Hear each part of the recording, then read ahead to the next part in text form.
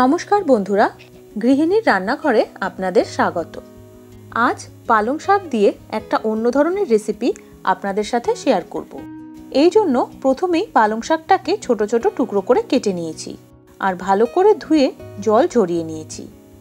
এবার মিক্সির একটা বাটি নিয়ে পালং শাকগুলোকে এই মিক্সির মধ্যে দিয়ে দেবো আর একটা স্মুথ পেস্ট বানিয়ে নেব। দেখুন, পেস্টটা ঠিক এই রকম হবে।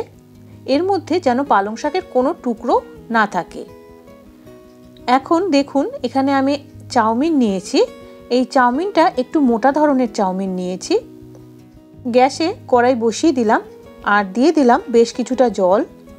জল একটু গরম হয়ে এলে এর মধ্যে দিয়ে দিচ্ছি 1.5 চা চামচের মতো সাদা তেল। এখন এর মধ্যে চাউগুলোকে দিয়ে দেবো।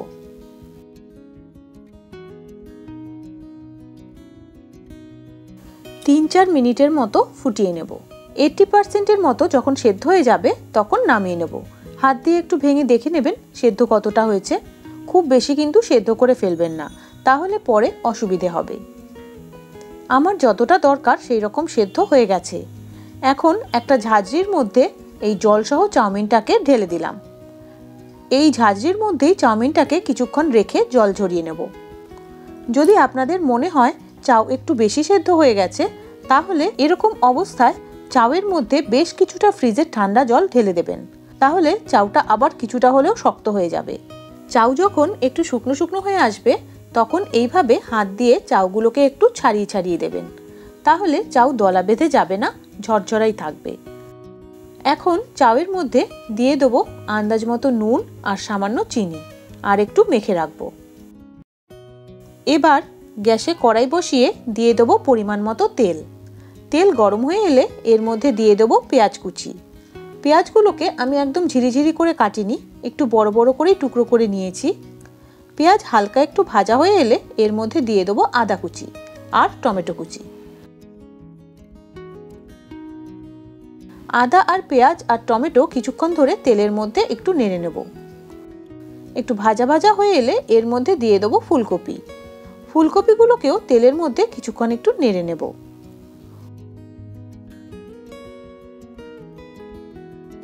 হালকা একটু ভাজা হয়ে এলে এর মধ্যে বাকি সবজিগুলো দিয়ে দেবো, বিনস, গাজর আর আলু, আর দেব কয়েকটা চেরা কাঁচা লঙ্কা। সবগুলোকে তেলে কিছুক্ষণ নাড়াচাড়া করে নিয়ে এবার কিছুক্ষণের জন্য ঢেকে দেব আর গ্যাসের আঁচটা হালকা করে দেব। কিছুক্ষণ বাদে ঢাকনা নামিয়ে একটু নেড়ে চেড়ে দেবো আর একটা ডিম ফাটিয়ে এর মধ্যে দিয়ে দেবো।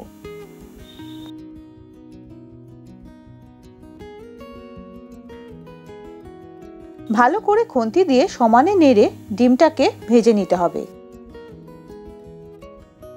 ডিম ভালো মতন ভাজা হয়ে এসেছে। এখন এর মধ্যে দিয়ে দেব বেটে রাখা পালং শাক। পালং শাকের বাটিটা ধুয়ে অল্প জল এর মধ্যে দিয়ে দেবো।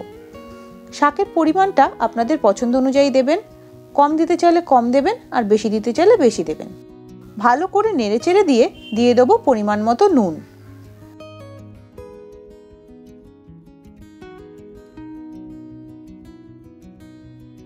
আবার ঢেকে দেবো।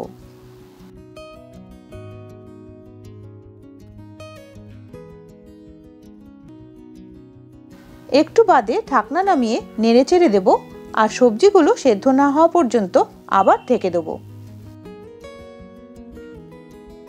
কিছুক্ষণ বাদে ঢাকনা নামিয়ে দেখে নেব সবজিগুলো সেদ্ধ হয়েছে কিনা।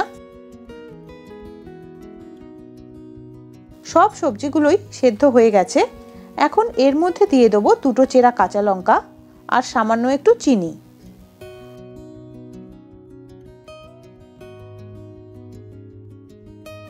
ভালো করে একটু নাড়াচাড়া করে নিয়ে চাউগুলোকে এর মধ্যে দিয়ে দেবো। বন্ধুরা, এখনও আমার চ্যানেলটি সাবস্ক্রাইব না করে থাকলে অনুরোধ রইল চ্যানেলটি সাবস্ক্রাইব করে পাশে থাকবেন। আর রেসিপি ভালো লাগলে ভিডিওটিতে লাইক দেওয়ার অনুরোধ রইল।